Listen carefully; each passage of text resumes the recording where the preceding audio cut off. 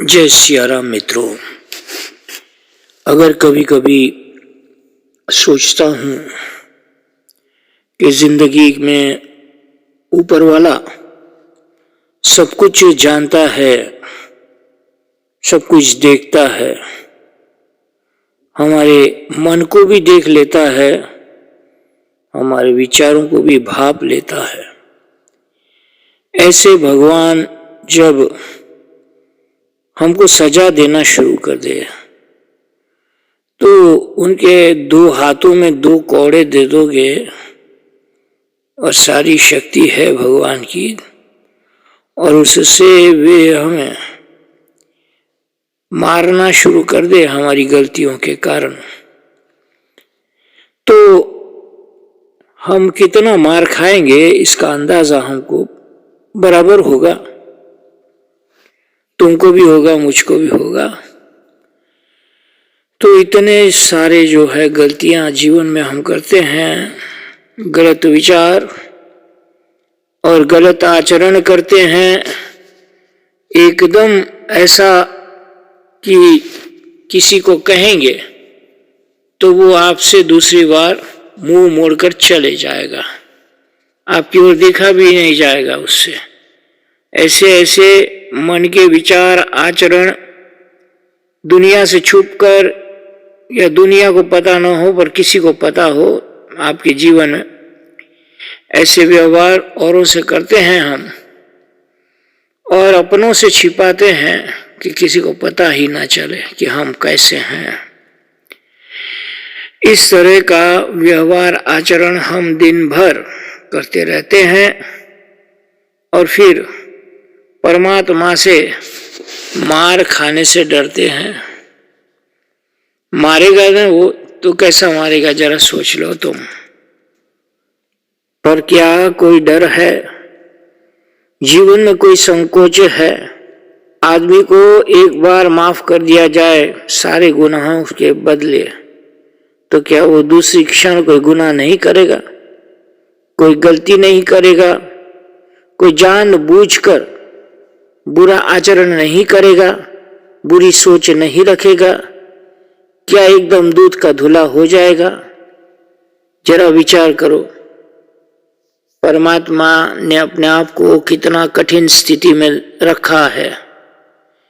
एकदम ऐसा लगता है कि बेचारे परमात्मा निसहाय है, बेचैन है, उनमें कोई हिम्मत ही नहीं बनती तुमको मारने की, सजा देने की, क्योंकि हम इतने बुरी तरह से रहते हैं जीवन में।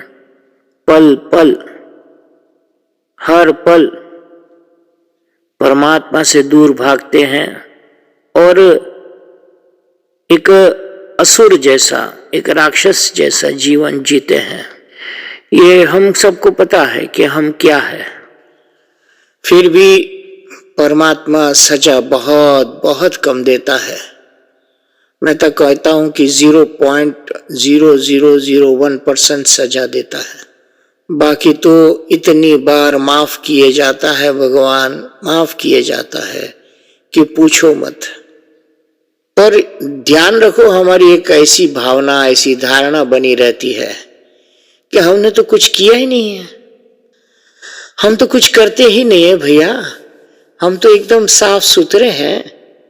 अरे वो कितना गंदा है देखो, हम तो ऐसे नहीं हैं। दूसरों के तरफ उंगली उठाकर हम अपने को सादा सीधा भोला भाला एकदम निर्दोष मानने को तैयार हो जाते हैं, और यही निर्दोषता परमात्मा देखता है आपकी। भाई जाने दो, अभी इसको क्या सजा दे, नहीं तो दिन में 500 कोड़े लग जाए अगर हमको देखा जाए तो।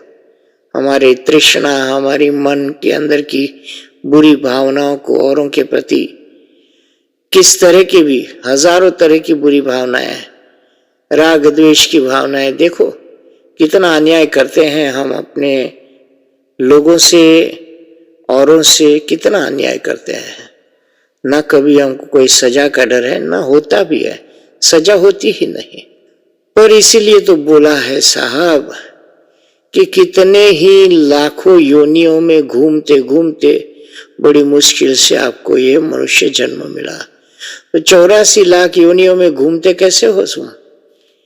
ये इन्हीं पापों की वजह से साहब आज नहीं मिलती सजा।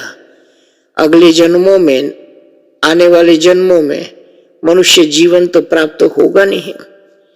हाँ, तो ये है हिंदुओं की सोच, औरों की नहीं है।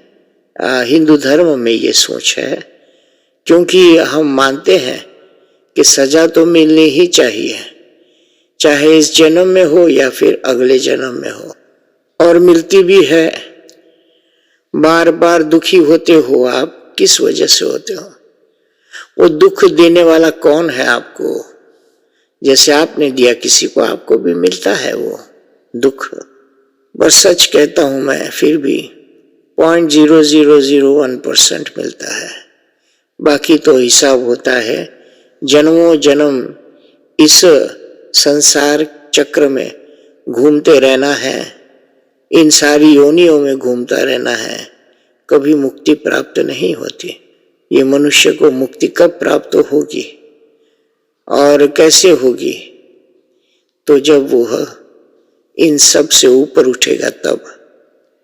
हम बाहरी दिखावा करते हैं, अच्छे होने का, अच्छे कपड़े पहनते हैं, दिखाने के लिए दान धर्म भी करते हैं, दया भी कर लेते हैं किसी पे, और अच्छी मीठी वाणी से लोगों से बोलते भी हैं, चमचागिरी करते हैं, मस्का लगाते हैं, सब कुछ करते हैं, और वक्त आने पर बड़े बुरे बन जाते हैं। कोई देखता नहीं है तब बहुत बड़े बुरे बन जाते हैं। यही है मनुष्य का जीवन। मनुष्य है इसलिए ऐसे है, जानवर कभी दिखावा नहीं करते हैं।